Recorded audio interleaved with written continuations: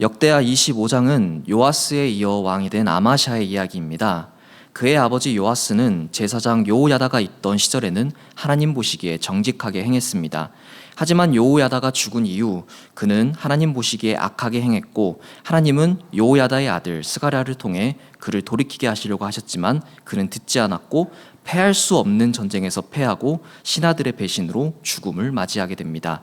심지어는 왕들의 무덤에 묻히지조차 못했습니다. 반면에 그의 영적 스승이었던 제사장 여호야다가 왕들의 무덤에 묻히는 영예를 누렸습니다. 여호야다가 당시에 얼마나 큰 존경을 받았는지를 알 수가 있는데요. 그가 왕들의 무덤에 묻힌 데에는 업적도 업적이지만 그가 유다 왕실과 혼인관계를 맺은 요아스의 고모부였다는 것도 주요한 이유 중 하나였습니다. 섭정이었던 여호야다가 아무리 잘했어도 요아스는 그것을 이어받지 못했고, 여호야다의 정책을 뒤집고 하나님을 배반했습니다. 그 결과는 파멸이었습니다. 아마샤는 이런 배경에서 시작합니다. 아버지인 요아스가 암살당하고 그의 아들인 아마샤가 왕위에 오릅니다. 성경에서는 그가 누구에게서 태어난지를 명확히 밝힙니다. 다 함께 역대하 25장 1절을 함께 보시겠습니다. 아마샤가 왕위에 오를 때에 나이가 25세라 예루살렘에서 29년 동안 다스리니라. 그의 어머니의 이름은 여호아단이요 예루살렘 사람이더라. 아멘. 아마샤의 어머니 이름은 여호아단이라고 되어 있습니다. 그녀의 이름은 여호와는 기쁨이라는 뜻입니다. 출신은 예루살렘이었습니다. 아마샤의 아버지는 당연하게도 요아스였습니다. 그리고 요아스를 장가들게 한 사람은 바로 제사장 여호야다입니다. 역대하 24장 3절에 나와 있듯이 여호아단은 여호야다가 요아스에게 추천하여 장가들게 한 두 아내 중 한 사람입니다. 나머지 한 사람에 대해서는 성경에 기록되어 있지는 않습니다. 역대하 25장 1절에서 주목할 만한 서술은 여호아단이 예루살렘 출신이었다는 점입니다. 그녀의 출신은 당시 시대에서 매우 중요한 문제였습니다. 요아스 바로 직전의 왕이 누구였나요? 바로 유다 여왕 아달랴였습니다. 아달랴는 북이스라엘의 많고 많은 왕조들 중에서도 가장 강력한 왕조 중 하나였던 오므리 왕조 출신의 사람이었습니다. 다른 말로는 아합 왕가라고도 할 수 있습니다. 그리고 오므리 왕조는 북이스라엘의 어떤 왕조들보다도 하나님 보시기에 가장 악하게 행한 왕조였습니다. 북이스라엘의 예후가 반란을 일으켜서 북이스라엘에서 아합 왕가가 멸족당한 후 자기 아들인 유다 왕 아하시아가 죽자 아달랴는 갑자기 다윗 왕의 혈족을 멸족시키고 자기가 왕이 됩니다. 여호야다의 아내이자 요아스의 고모였던 여호세바가 요아스를 빼내 요아스만은 살아남을 수가 있었습니다. 후일 여호야다는 반란을 일으켰고 아달랴를 죽이고 요아스를 왕으로 세웁니다. 아달랴가 엉망으로 만든 왕실을 바로 세우는 문제는 당시에 매우 중요한 문제였을 것입니다. 왕실의 전통성을 다시 세우고 권위를 다시 세워야 앞으로의 통치가 편안했을 테니 말입니다. 그래서 여호야다는 요아스의 아내들을 매우 신중하게 골랐을 겁니다. 그렇게 고른 두 아내 중 한 사람이 바로 예루살렘 출신의 여호아단이었습니다. 예루살렘은 남유다의 수도였습니다. 예루살렘에는 남유다의 수도로서 유력한 사람들이 많이 살고 있었습니다. 그래서 여호아단은 왕족 혹은 그에 준하는 인물로 추정이 됩니다. 새롭게 세워야 하는 다윗 왕실의 전통성을 다시 세울 만한 그런 인물이었다는 것입니다. 여호야다가 고른 사람인 만큼 신앙심도 투철했을 것입니다. 아마샤가 어렸을 때 신앙교육은 그녀가 하였을 것이고, 그런 만큼 아마샤는 겉으로는 하나님의 말씀에 순종하는 모습을 보여줍니다. 대표적으로 그가 한 행적을 자신의 아버지를 죽인 일이 있습니다. 이때 그는 율법대로 신하들만 죽이고 그의 자녀들까지 죽이지는 않았습니다. 겉으로는 하나님의 말씀에 따른 것입니다. 이처럼 아마샤는 겉으로는 하나님의 말씀에 순종하는 모습을 보입니다. 이어서 이제 본문 2절을 보시겠습니다. 2절을 보시면 아마샤에 대한 종합적인 평가가 나옵니다. 함께 읽으시겠습니다. 아마샤가 여호와께서 보시기에 정직하게 행하기는 하였으나 아멘.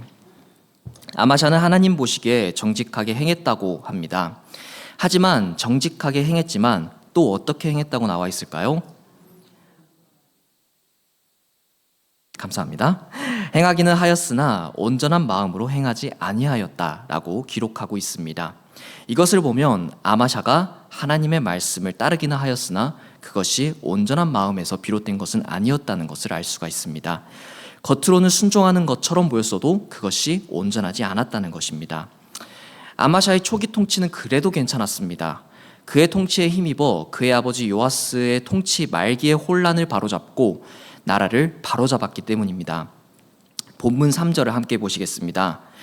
그의 나라가 굳게 섬에 그의 부왕을 죽인 신하들을 죽였으나 아멘. 우리 개역개정의 번역으로만 보면 그의 의도가 명확하게 보이지가 않습니다. 그래서 이 부분을 좀 더 명확하게 밝히고자 다른 번역본의 번역을 참고하고자 합니다. 다른 번역본에서는 그가 정말로 경고히 하고자 한 것이 무엇인지에 대해서 확실하게 나옵니다. 새 번역을 제가 대신 읽어드리겠습니다. 왕권을 확고하게 장악한 뒤에 그는 부왕을 살해한 신하들을 처형하였으나 아멘. 새 번역을 읽어보니 아마샤가 확고하게 한 것이 나라라기보다는 그의 왕권이라는 점을 확실하게 알 수 있습니다. 그의 나라는 그가 확실하게 잡은 왕권 위에서 굳게 선 것입니다. 이로써 알 수 있는 것이 바로 아마샤의 통치의 초기가 바로 권력 투쟁에 가까웠을 것이란 점입니다. 그래서 아마샤의 관심은 어디까지나 자신의 왕권에 있었다는 것을 알 수가 있습니다. 나라를 안정시키는 것은 부차적인 문제였습니다. 그가 자신의 왕권을 공고히 하기 전에는 늘 자신에게 왕권을 준 이들, 그러니까 자신의 아버지를 죽인 이들이 자신과 함께 통치를 하였을 것입니다. 아마샤는 겉으로는 내색하지 않고 때를 기다렸고 그들에게 복수할 때만을 잠자코 기다렸습니다. 그리고 마침내 권력을 완전히 잡자 기다리고 기다리던 복수를 마침내 이루어냅니다. 하지만 동시에 그는 하나님의 말씀을 여전히 따르는 이중적인 모습을 보여줍니다. 본문 4절을 함께 보시겠습니다. 그들의 자녀들은 죽이지 아니하였으니 이는 모세의 율법책에 기록된 대로 함이라.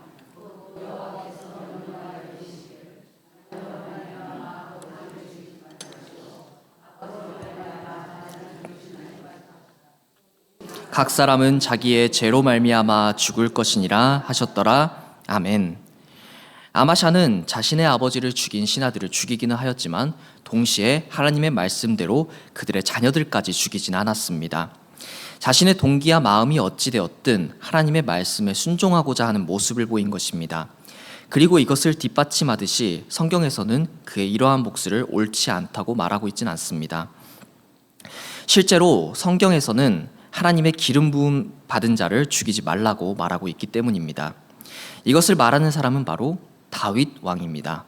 다윗은 사울을 죽일 수 있는 기회가 여러 번 있었으나 그러지 않았습니다.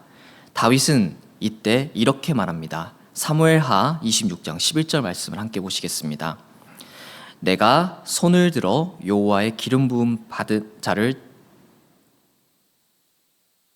함께 보시겠습니다. 제가 읽어드리겠습니다. 내가 손을 들어 여호와의 기름 부음 받은 자를 치는 것을 여호와께서 금하시나니 너는 그의 머리 곁에 있는 창과 물병만 가지고 가자 하고 아멘. 다윗의 말처럼 하나님께서 세운 사람을 하나님의 아닌 사람이 패하거나 심판하는 것을 하나님은 금지하고 있으신 것을 알 수가 있습니다. 실제로 다윗은 사무엘하 1장 15절에서 사울 왕을 죽였다고 말하는 아말렉의 청년을 바로 처형시킵니다.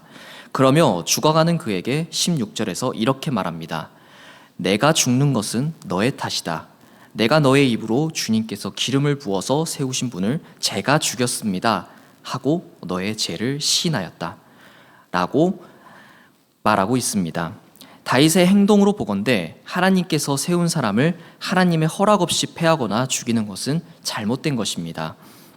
성경의 원리로 보자면 하나님께서 세우신 사람의 운명은 전적으로 하나님께 달려 있습니다. 기름 부음 받은 자가 다른 사람들 보기에 아무리 안 좋아 보여도 하나님께서 어떻게 하시기 전에는 함부로 할 수 없다는 것입니다. 설령 그것이 아무리 정당한 이유일지라도 말입니다. 요아스의 신하들은 요야다의 아들들이 죽은 일로 말미암아 그런 일을 저질렀습니다. 요아스의 신하들이 언뜻 보기에는 정당해 보입니다. 그러나 아무리 정당해 보일지라도 하나님께서 명령하신 것이 아니라면 그것은 잘못된 것입니다. 그들은 결국 정당해 보이는 것처럼 행동했을지라도 실상은 하나님께서 원하시지 않는 일을 한 것입니다. 요아스의 신하들이 한 것을 한 단어로 요약하자면 그것은 사적 제재입니다. 아무리 정당하고 올바르게 보이는 일일지라도 주님께서 말씀하신 것이 아니라면 안 하는 것이 맞다는 것을 우리는 요아스 신하들의 예를 통해서 알 수가 있습니다. 실제로도 아마샤의 이 행위에 대해서 성경은 비판하지 않습니다. 이 행위가 잘못된 것이었다면 하나님은 선지자들을 보내시거나 다른 어떠한 방법으로 그것이 잘못된 것임을 말씀하셨을 것입니다. 그러나 본문에서는 그러한 부분을 발견할 수가 없습니다. 동기가 어찌되었든 성경적으로 보자면 아마샤의 행위는 정당하다고 볼 수 있습니다. 이 시점까지만 해도 아마샤는 아직 하나님의 말씀에 순종하고 있었음을 알 수 있습니다. 그의 진짜 마음이 어디 있었는지는 알 수 없었지만 말입니다. 아마샤의 통치 시기에 아마샤의 나라는 하나님의 은혜를 받아 나라가 부강해졌습니다. 나라가 얼마나 부강해졌는지 5절에서 6절 말씀을 함께 보시며 살펴보시겠습니다. 아마샤가 유다 사람들을 모으고 그 여러 족속을 따라 천부장들과 백부장들을 세우되 유다와 베냐민을 함께 그리하고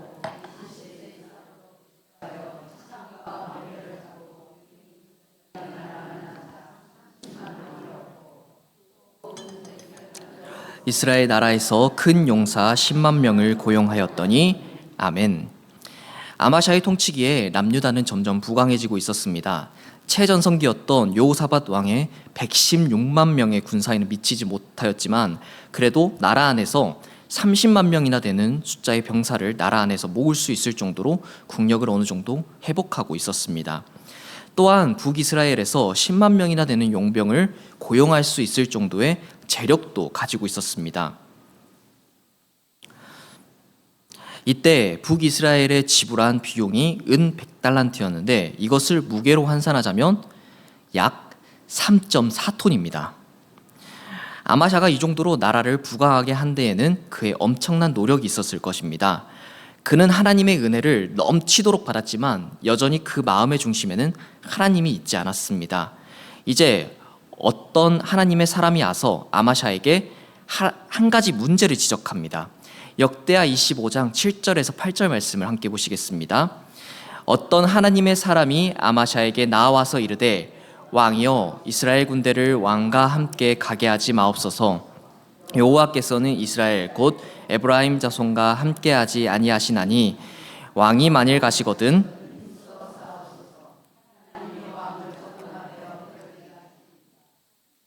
능히 돕게도 하시고 능히 패하게도 하시나이다 하니 아멘. 하나님의 사람은 아마샤에게 이스라엘 용병들에 대한 문제를 지적합니다. 하나님께서 함께하지 않는 자들과 함께하면 안 된다는 것을 지적하며 그들을 돌려보내라고 말합니다. 그들과 함께 싸워도 하나님께서 함께하지 않으시기 때문에 아마샤가 아무리 열심히 싸워도 결국 적군에게 패하게 될 것이라는 것을 지적합니다. 이때 아마샤의 질문은 그의 마음이 하나님께 완전히 있지 않다는 것을 알려줍니다. 역대하 25장 9절 말씀을 함께 보시겠습니다. 아마샤가 하나님의 사람에게 이르되 내가 100달란트를 이스라엘 군대에게 주었으니 어찌할까? 하나님의 사람이 말하되 여호와께서 능히 이보다 많은 것을 왕에게 주실 수 있나이다 하니라. 아멘. 아마샤의 관심사는 재물에 있었습니다. 자신이 수고하여 얻은 바로 그 재물이 헛되게 사라지는 것이 아까웠던 것입니다. 그래서 구태여 하나님의 사람에게 자신이 이스라엘에게 준 은 100달란트를 어떻게 할지에 대해서 물어보았습니다.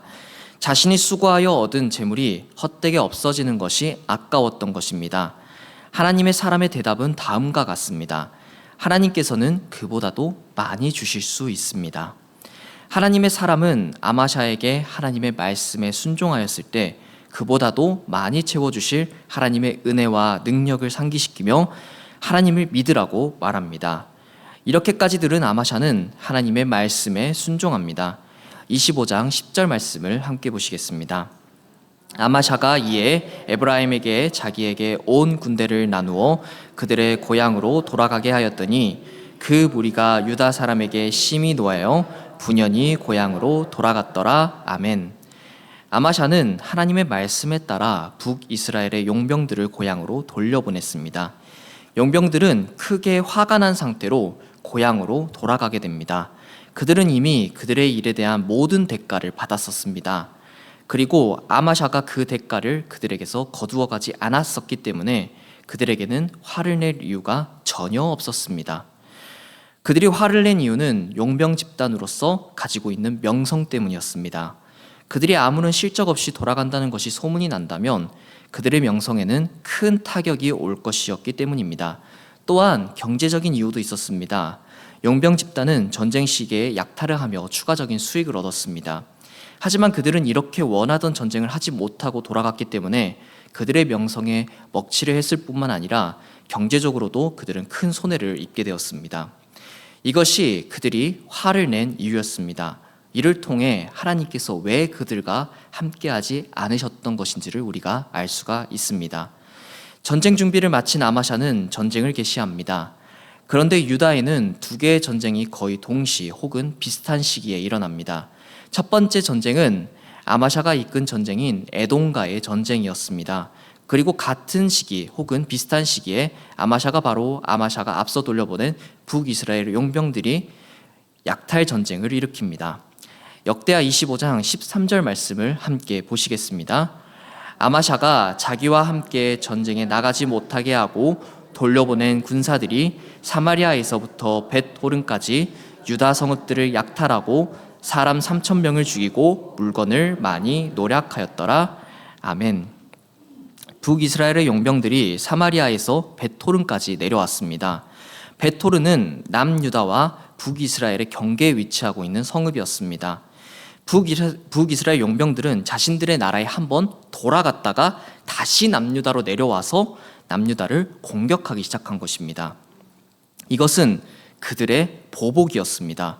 여기에서 확실하게 짚고 넘어가야 할 부분은 아마샤가 그들을 돌려보낸 것이 잘못된 것은 아니라는 점입니다.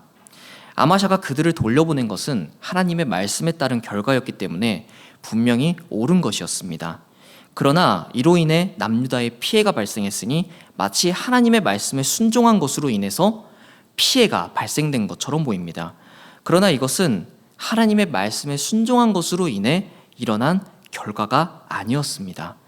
이것은 아마샤의 관심사가 다른 곳에 있었기 때문에 일어난 일이었습니다. 이때 아마샤가 어디와 전쟁하고 있었나요? 네, 에돔과 전쟁하고 있었습니다. 에돔은 남유다의 남쪽에 위치하고 있었습니다. 즉 당시 남유다는 북쪽으로는 이스라엘의 용병들, 남쪽으로는 에돔과 전쟁을 하고 있었던 겁니다. 남유다 백성들이 피해를 입은 것은 아마샤의 관심사가 에돔과의 전쟁에 있었기 때문입니다. 에돔은 다윗 시기에 완전히 정복되어서 남유다의 통치 아래 있었지만 여호람 왕 시기에 남유다를 배반하여서 독립했었던 상태였습니다. 역대하 21장 8절 말씀을 함께 보시겠습니다. 여호람 때에 에돔이 배반하여 유다와 집에서나 자기 위에 왕을 세움으로. 아멘. 아마샤의 관심사는 에돔을 재정복하는 것이었습니다. 북이스라엘의 용병들의 정확한 침략 시기는 성경에는 기록되어 있지 않지만 그 시점이 언제였어도 아마샤가 자국 영토를 침략하고 남유다 백성들을 괴롭힌 북이스라엘 용병들에 대응하는 것보다 중요하지는 않았습니다. 어찌됐든 요아스가 에돔과의 전쟁을 우선시한 것은 변하지 않습니다. 그 결과 남유다 백성들이 피해를 입게 된 것입니다. 이것은 아마샤가 하나님의 말씀에 겉으로만 순종하고 온전히 하나님의 뜻에 있지 않았다는 것을 우리에게 알려줍니다. 실제로 그가 에돔을 침략한 것은 하나님의 어떠한 명령에 의한 것이 아니었습니다. 역대하 25장 11절 말씀을 함께 보시겠습니다. 아마샤가 담력을 내어 그의 백성을 거느리고 소금 골짜기에 이르러 세일 자손 10,000명을 죽이고. 아멘. 여기에서 담력을 내서 행동을 한 주체는 바로 누구일까요? 아마샤입니다. 스스로 결단하고 힘을 내서 병사들을 이끌고 에돔을 치러 나간 것입니다. 아마샤는 에돔을 치러 가기 전에 하나님께 묻거나 하나님에게 어떠한 명령을 받은 부분을 전혀 발견할 수가 없습니다. 그러나 그럼에도 불구하고 하나님은 아마샤에게 은혜를 주셔서 그가 이기게 해주십니다. 하지만 아마샤는 전쟁에 이기고 난 후에 굳이 하지 않아도 되는 일을 추가적으로 합니다. 역대하 25장 12절 말씀을 함께 보시겠습니다. 유다 자손이 또 10,000명을 사로잡아 가지고 바위 꼭대기에 올라가서 거기서 밀쳐 내려뜨려서 그들의 온 몸이 부서지게 하였더라. 아멘. 아마샤는 별도로 10,000명을 사로잡아 바위 꼭대기로 데리고 올라가 그들을 절벽 밑으로 밀쳐서 떨어뜨립니다. 당연하지만 그들은 잔혹한 죽음을 맞이합니다. 이 약살은 아마샤가 에돔을 확실히 응징하고자 자행한 것으로 보입니다. 그리고 이러한 학살은 굳이 하지 않아도 되는 과도한 폭력이었습니다. 아마샤는 그만큼 에돔을 확실히 손에 넣고 싶어 했습니다. 에돔과의 전쟁이 끝나고 난 후 아마샤는 갑자기 또 이상한 행동을 보입니다. 특히 여러분들이 가장 큰 의문을 느낄 만한 부분입니다. 역대하 25장 14절을 함께 보시겠습니다. 아마샤가 에돔 사람들을 죽이고 돌아올 때에 세일 자손의 신들을 가져와서 자기의 신으로 세우고 아멘. 아마샤는 에돔과의 전쟁에서 노획한 에돔 신들을 자신의 신들로 세우고 그것들 앞에서 경배하며 분향했습니다. 이러한 아마샤의 갑작스러운 행동은 잘 이해가 되지 않을 수 있습니다. 하지만 그의 동기를 고대 간숲에 비추어서 생각하자면 이해하기가 쉬워집니다. 아마샤가 에돔의 신들을 섬긴 첫 번째 이유는 에돔의 신들의 노여움을 달래기 위해서였습니다.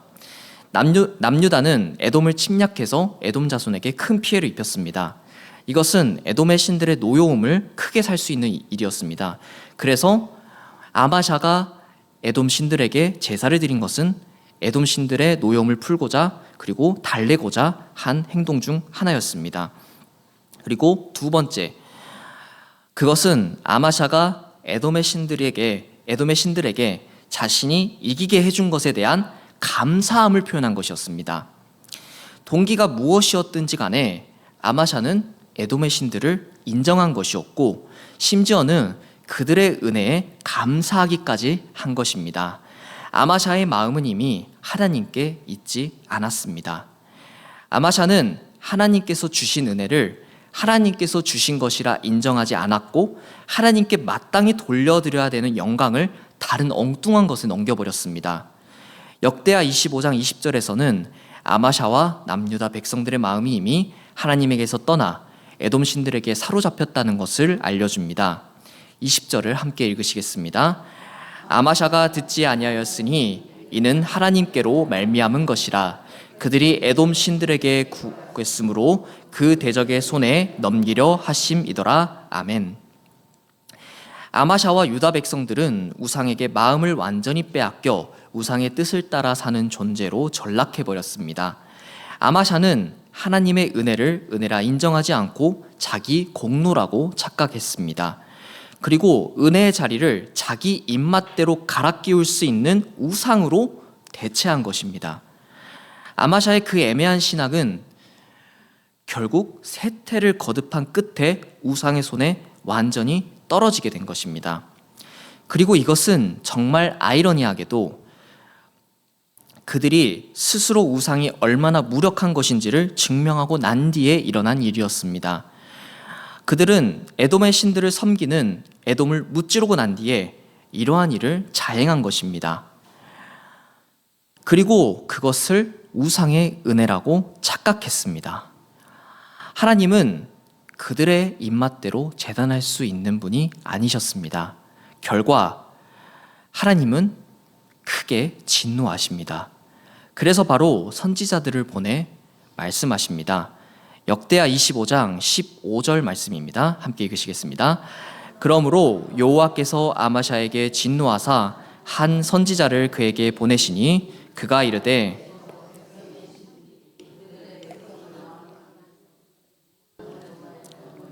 왕은 어찌하여 그 신들에게 구하나이까 하며 아멘. 하나님께서는 아마샤에게 직접적으로 우상이 얼마나 헛된 것인지를 지적하십니다. 그러나 우상에게 사로잡혀 하나님을 완전히 떠나게 된 아마샤의 반응은 다음과 같습니다. 16절 말씀을 이어서 보시겠습니다. 선지자가 아직 그에게 말할 때에 왕이 그에게 이르되 우리가 너를 왕의 모사로 삼았느냐 그치라.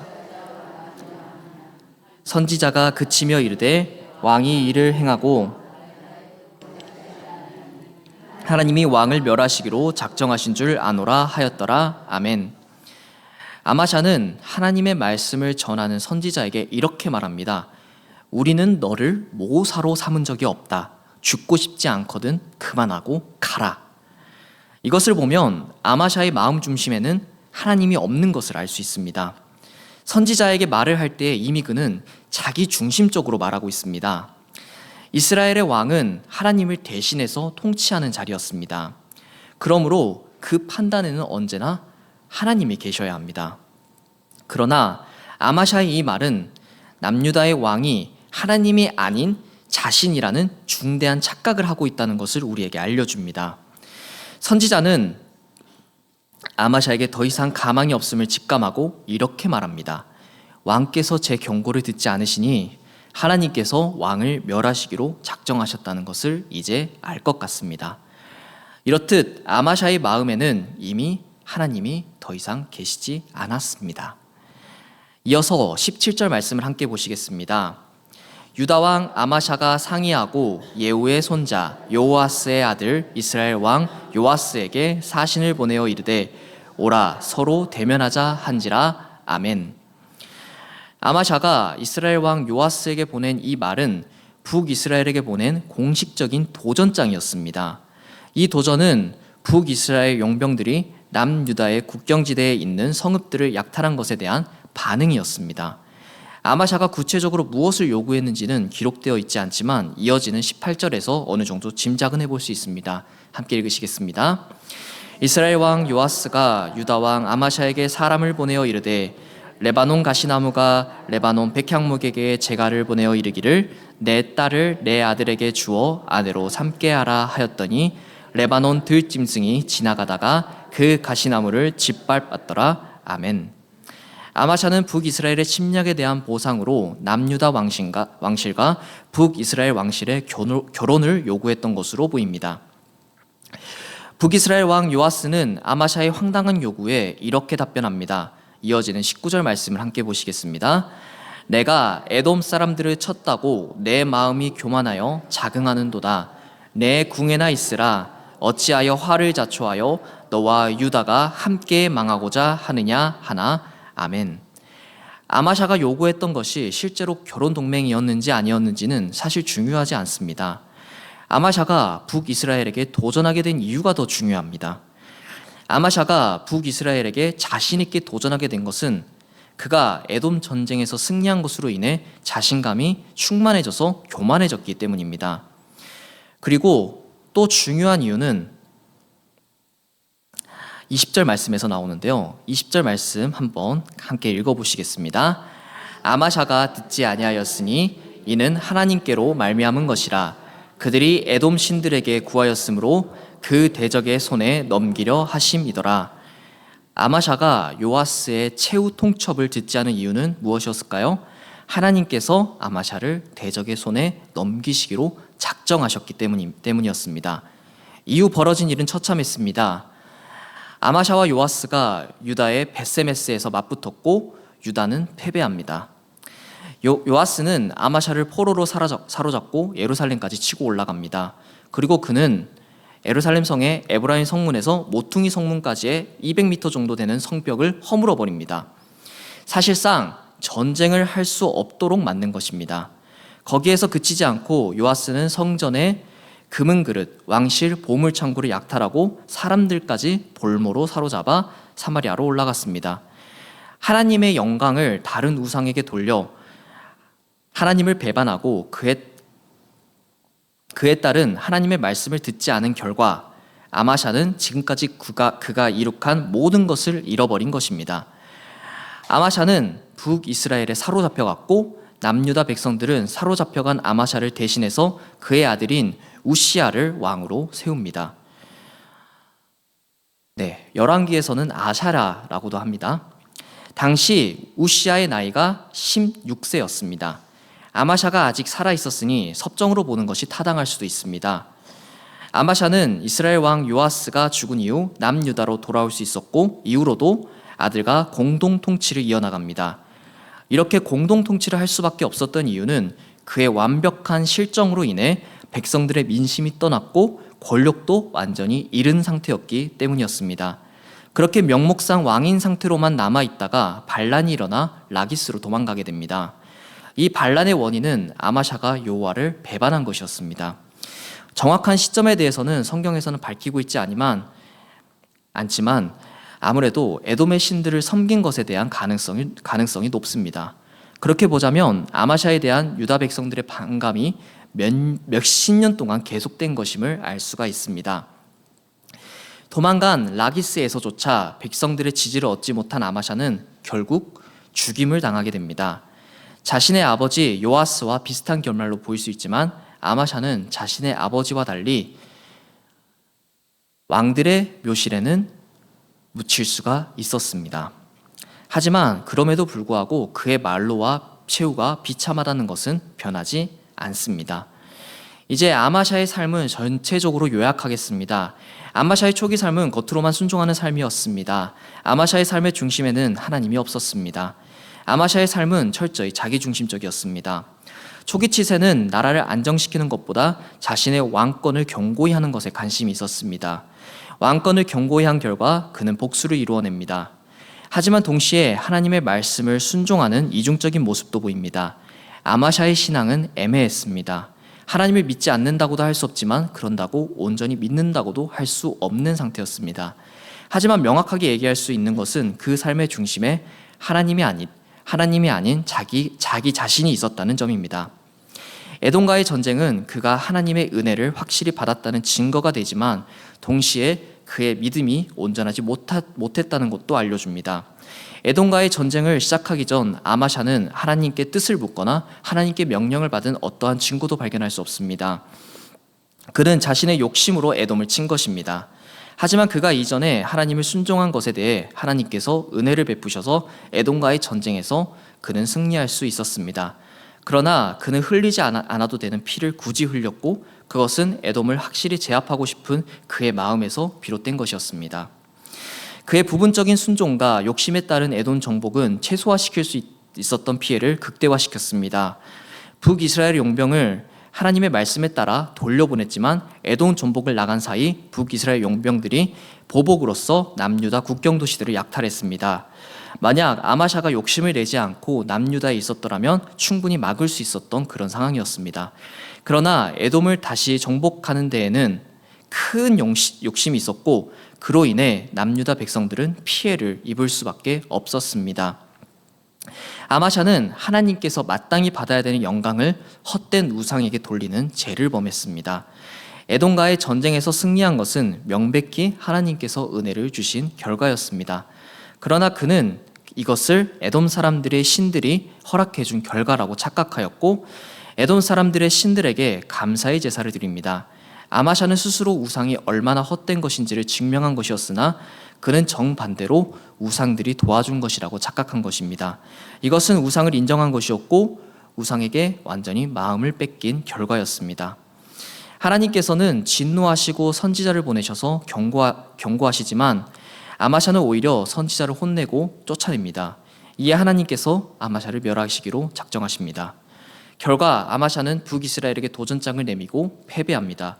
하나님을 완전히 떠난 아마샤에게 하나님은 이제 더 이상 함께하지 않으셨고 그는 철저하게 패배합니다. 아마샤가 이룩한 모든 것이 무너졌습니다. 아마샤는 포로로 끌려갔다가 다시 돌아왔지만 후일 하나님을 배반한 그 일로 인해 반란이 일어나 죽임을 당했습니다. 그렇게 아마샤의 삶은 처참하게 끝을 맺게 되었습니다. 아마샤의 삶에 대한 결론입니다. 아마샤가 부분적으로 순종했을 때에도 하나님께서는 그에게 은혜를 주셨습니다. 그가 잘해서 은혜를 주신 것이 아니라 다윗 왕가의 언약에 따라서 그의 조상인 다윗 왕을 보시고 은혜를 주신 것입니다. 이것은 오늘날 하나님께서 우리를 위해 피 흘리신 예수 그리스도의 피로 우리를 의롭다 칭해 주시고 베풀어 주시는 그 은혜를 상기시켜 줍니다. 하나님께서 아마샤에게 원하신 것은 바로 회개였습니다. 하나님께서는 그가 자복하고 돌아오기를 원하셨습니다. 그러나 그의 애매한 마음은 점점 우상에게로 기울어져서 결국 완전히 우상에게 그 마음을 완전히 빼앗겼습니다. 자신의 잘됨이 자신의 공로였다고 착각했습니다. 자신이 뭔가를 잘했기 때문에 잘된 것이라고 착각합니다. 모든 것은 하나님께서 주신 은혜였는데도 말이죠. 이처럼 착각은 매우 무섭습니다. 심지어 착각하는 것은 너무나도 쉽습니다. 지금 내가 이렇게 잘 되는 것이 하나님의 은혜의 결과가 아니라 내가 노력한 결과이고 나의 공로라고 착각하기는 너무나도 쉽습니다. 그러나 언제나 우리는 고백해야 됩니다. 모든 것이 주님의 은혜였다고 말입니다. 우리는 하나님께서 마땅히 받으셔야 되는 영광을 온전히 하나님께만 올려드려야 됩니다. 우리의 잘됨은 오직 하나님께만 달려 있습니다. 하나님의 사람이 아마샤에게 말했습니다. 하나님은 능히 돕기도 하시고 능히 패하게도 하시나이다. 우리를 잘되게 하시는 분도 주님이시며 잘 안되게 하시는 분도 주님이십니다. 하나님께서 함께 하시면 승리할 것이며 하나님께서 함께하지 않으시면 패배하게 됩니다. 그리고 그것은 나의 마음의 중심에 하나님께서 계시는가 아닌가로 결정이 납니다. 지금 이 시간 곰곰이 생각해 보셨으면 합니다. 내 마음에 하나님께서 계시는지 아닌지, 내 삶의 중심은 하나님이신지 아니신지, 만약 나를 중심으로 생각했다면 지금 이 시간 회개하고 다시 주님을 마음의 중심에 다시 모셔오기를 소망합니다. 하나님이 내 삶의 중심에 오실 때에 우리는 늘 주님의 은혜 가운데 승리할 수 있게 됩니다. 승리하게 하는 것도 주님이시며 패배하게 하시는 것도 주님이십니다. 우리 삶의 모든 것은 주님에게 달려 있습니다. 마지막으로 로마서 14장 8절 말씀을 함께 읽으시겠습니다. 우리가 살아도 주를 위하여 살고 죽어도 주를 위하여 죽나니 그러므로 사나 죽으나 우리가 주의 것이로다. 아멘. 하나님 앞에서 두 마음을 품지 않고 주님을 마음의 중심에 두고 주님을 삶의 중심에 두고 살아가며 주님의 온전한 은혜를 누리는 가운데 늘 승리하며 나아가는 우리 여러분들 되시기를 예수님의 이름으로 축복합니다. 기도하겠습니다. 하나님 아버지 감사합니다. 오늘은 아마샤의 인생사에 대해서 우리가 전체적으로 보았습니다. 주님, 아마샤의 삶의 중심에는 주님께서 계시지 않았습니다.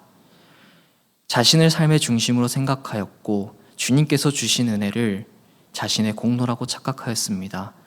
그리고 그 공로를 자신의 입맛대로 갈아 끼울 수 있는 우상으로 대체하였습니다. 은혜의 자리를 주님이 아닌 우상으로 대체하였습니다. 주님, 우리가 주님께서 주신 그 모든 것들이 주님의 은혜인 줄 믿습니다. 주님, 우리가 모든 것이 주님의 은혜인 줄 고백하기를 원합니다. 주님께서 주신 그 은혜, 우리가 온전히 주님께만 돌려드리며 우리 삶을 온전히 주님께 맡겨드리고 우리 삶의 중심에 주님을 두고 살아가는 우리들 다 될 수 있도록 주님 도와주세요. 이기게 하시는 것도 주님이시며 패배하게 하시는 것도 주님이십니다. 우리가 주님 안에 늘 거하며 우리를 늘 승리케 하여 주세요.